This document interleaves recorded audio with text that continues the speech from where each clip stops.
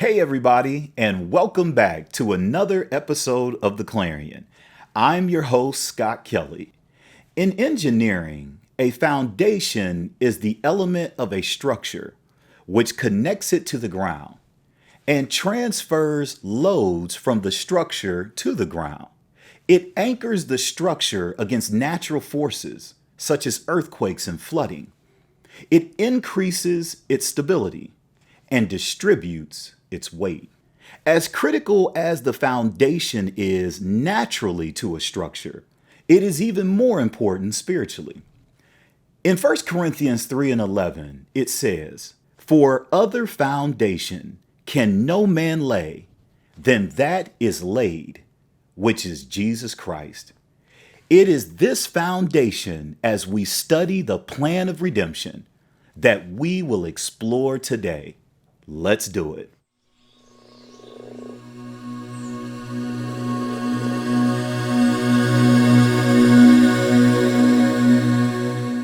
The last time we were together, we studied why there was a need for the plan of redemption. Man, through his fall into sin, brought a curse upon himself and upon his seed. Sin brought forth both natural and spiritual death, breaking the communion that he had with God. Now, to understand this first step in the plan of redemption, we must first understand that man, as a moral being, was under moral law. The dictionary defines moral law as an absolute principle defining the criteria of right action, whether conceived as a divine ordinance or a truth of reason. The Bible sums up moral law as this. In Matthew 22, verse 37, it says, "Thou shalt love the Lord thy God with all thy heart and with all thy soul and with all thy mind." Man, having failed in his moral obligation, which is only maintained by obedience to the law of God, found himself thrust out from God's presence and needing redemption back to the favor and presence of God. Having lost his moral purity and innocence, he could not by self-effort regain what he had lost. This would be like the defendant trying his own case. The defendant cannot be both the accused and the judge. But the scriptures make clear that the moral law of God is unchanging. It takes holiness to see the Lord. Hebrews 12:14 says, "Follow peace with all men and holiness, without which no man shall see the Lord." So man needed another to plead his case. He needed another to provide the plan for his redemption and his restoration back to moral purity before God. As we explored in our first episode, mankind had a choice. He was under no obligation to sin, so the penalty of that sin rested on him alone. But God, in his mercy, would not leave man in his sinful state. From the very foundation of the world, the Godhead put a plan in place, which was fulfilled in the fullness of time. We read, John the Baptist, upon seeing Christ coming to him, says this, "Behold the Lamb of God, which taketh away the sin of the world." That's John chapter 1, verse 29. John was referring to Christ as the Lamb of God.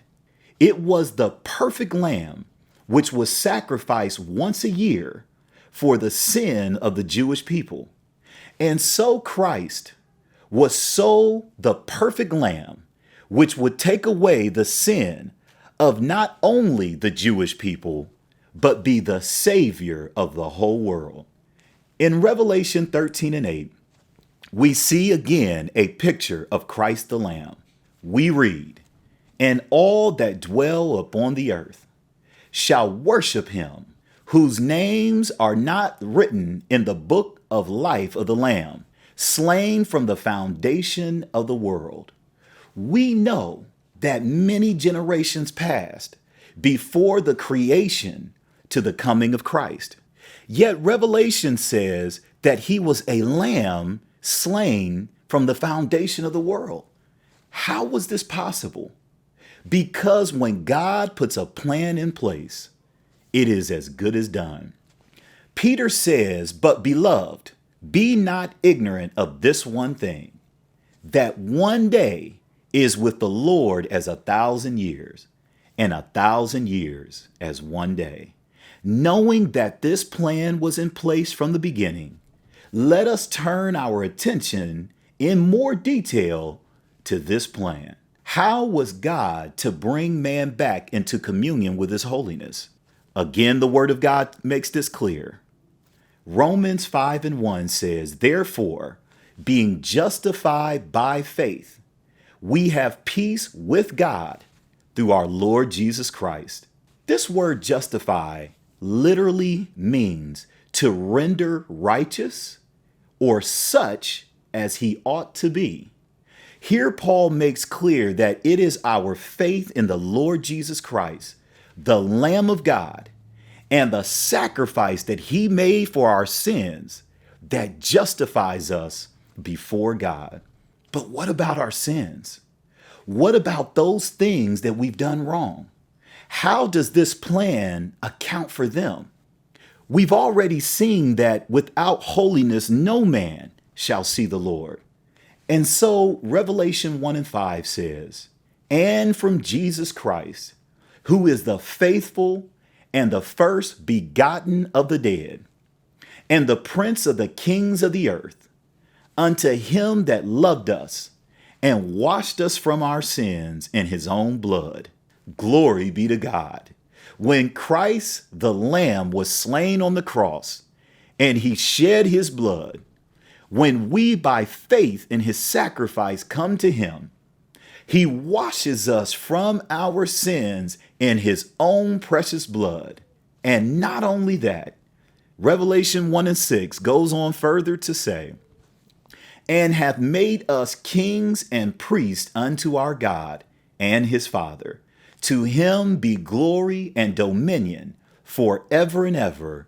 Amen." Not only does Christ have the power to save and cleanse from sin, but he also has the power to keep from sin. Hallelujah to God. So we see clearly that the very first step in this plan justifies us before God.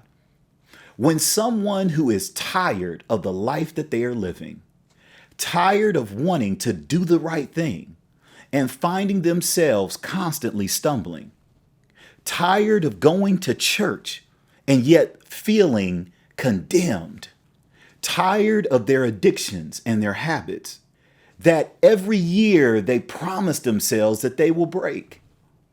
When that soul finally turns to the Lord Jesus with a broken spirit and a contrite heart, Christ meets them through repentance.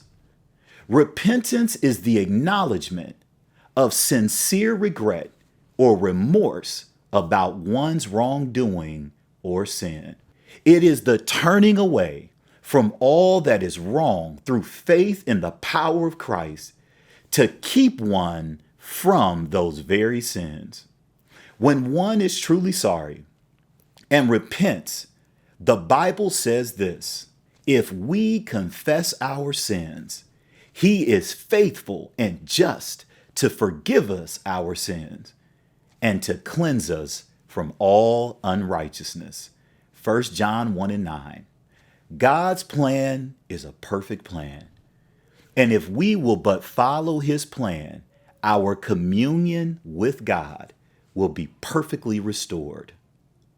For those that are enjoying this channel, please consider subscribing.